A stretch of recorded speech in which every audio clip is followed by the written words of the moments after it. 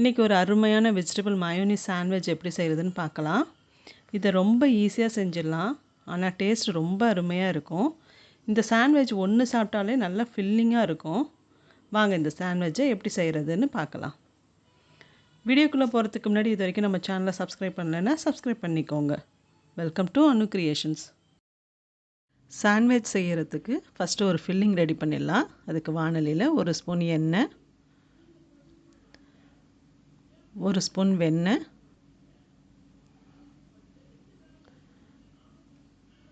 வெண்ணெய் கொஞ்சம் நேரம் நல்லா உருகட்டும். வெண்ணெய் நல்லா உருகினதுக்கப்புறம் ஒரு பெரிய வெங்காயத்தை நீல வாட்டில் நறுக்கி வச்சுருக்கேன், அதை சேர்த்துப்போம். வெங்காயம் கொஞ்சம் லைட்டாக வதங்குற வரைக்கும் வதக்கிக்கலாம்.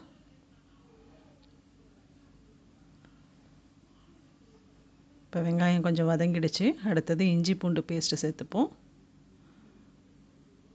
இஞ்சி பூண்டோட பச்சை வாசனை போகிற வரைக்கும் கொஞ்சம் நேரம் வதக்கிக்கலாம். அடுத்தது காரத்துக்கு 2 பச்சை மிளகாயை பொடியாக நறுக்கி வச்சுருக்கேன், அதையும் சேர்த்துப்போம். அடுத்தது ரெட் சில்லி ஃப்ளேக்ஸ் கொஞ்சம் வச்சுருக்கேன், அதையும் கொஞ்சம் சேர்த்துப்போம். இது ரெண்டும் நம்மளோட காரத்துக்கு தகுந்த அளவு சேர்த்துக்கலாம். இப்போ இது எல்லாத்தையும் நல்லா வதக்கியாச்சு. அடுத்தது ஒரு ஸ்பூன் சாட் மசாலா சேர்த்துக்கலாம். சாட் மசாலாவை நல்லா மிக்ஸ் பண்ணி விடுவோம். இப்போ அடுத்தது காய்கறியெல்லாம் சேர்த்துக்கலாம். ஒரு குடமிளகாயை நீல வாட்டில் நறுக்கி வச்சுருக்கேன்.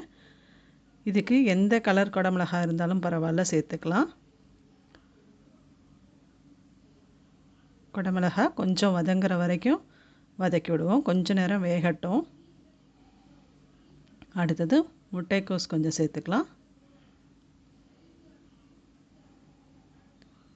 2 கேரட்டை துருக்கி வச்சுருக்கேன், அதையும் சேர்த்துப்போம்.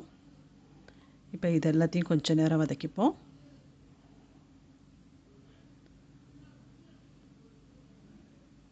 இப்போது தேவையான அளவு உப்பு சேர்த்துக்கலாம்.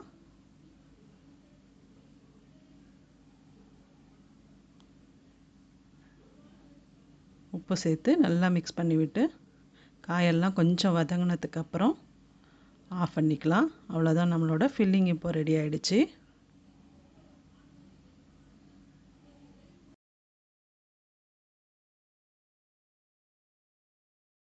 இப்போ நம்ம செஞ்சு வச்சுருக்க ஃபில்லிங்கை நல்லா ஆற வச்சு ஒரு பவுலில் போட்டு வச்சுருக்கேன்.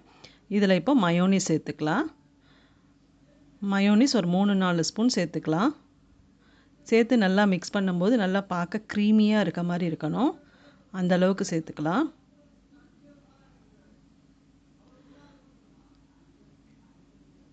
பாருங்கள், இதை மாதிரி இருந்தால் கரெக்டாக இருக்கும். தோசைக்கல்லை நல்லா சூடு பண்ணி வச்சுருக்கேன். இப்போ ஒரு ப்ரெட் ஸ்லைஸ் எடுத்து அதில் கொஞ்சம் வெண்ணெய் நல்லா தடவிக்கலாம். ஃபுல்லாக நல்லா எல்லா இடமும் வெண்ணெய் படுற அளவுக்கு நல்லா தடவிப்போம். இப்போ இதை அப்படியே தோசைக்கல்லை வச்சுருவோம். இது மேலே இப்போது நம்ம செஞ்சு வச்சுருக்க ஃபில்லிங்கை வச்சுக்கலாம். ஃபில்லிங்கு எல்லா இடமும் நல்லா படுற அளவுக்கு கொஞ்சம் நிறையாவே வச்சுக்கலாம். இப்போ ஃபில்லிங்கை வச்சாச்சு. நான் இன்னொரு ப்ரெட் ஸ்லைஸில் ஒரு பக்கம் வெண்ணெய் நல்லா தடவி வச்சுருக்கேன். இப்போ இந்த ப்ரெட் ஸ்லைஸை இது மேலே அப்படியே வச்சுப்போம். இந்நேரம் கீழே கொஞ்சம் டோஸ்ட்டாக இருக்கும் அந்த ப்ரெட்டு, அதனால் அப்படியே பெரட்டிப்போம். பாருங்கள், லைட்டாக ப்ரௌனாக இருக்குது. இப்போ அப்படியே இன்னொரு வாட்டி பெரட்டி போட்டுப்போம்.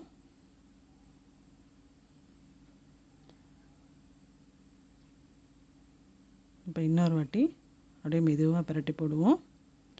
2 பக்கமும் நல்லா டோஸ்ட் ஆனதுக்கப்புறம் அப்படியே ஒரு பிளேட்டில் எடுத்து வச்சுக்கலாம். அதே மாதிரி இப்போ நான் 3 சாண்ட்விச் செஞ்சு ரெடி பண்ணிட்டேன். இப்போ ஒரு சாண்ட்விச் எடுத்து டயகனலாக கட் பண்ணலாம்.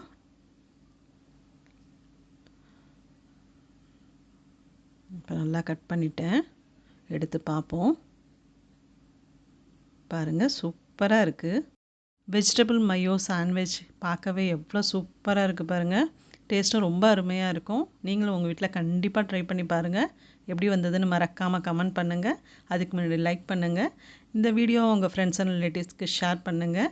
இதே மாதிரி இன்ட்ரெஸ்டிங்கான நிறைய ரெசிபிஸ் பார்க்கறதுக்கு நம்ம சேனலை உடனே சப்ஸ்கிரைப் பண்ணிக்கோங்க. தேங்க்ஸ் ஃபார் வாட்சிங்.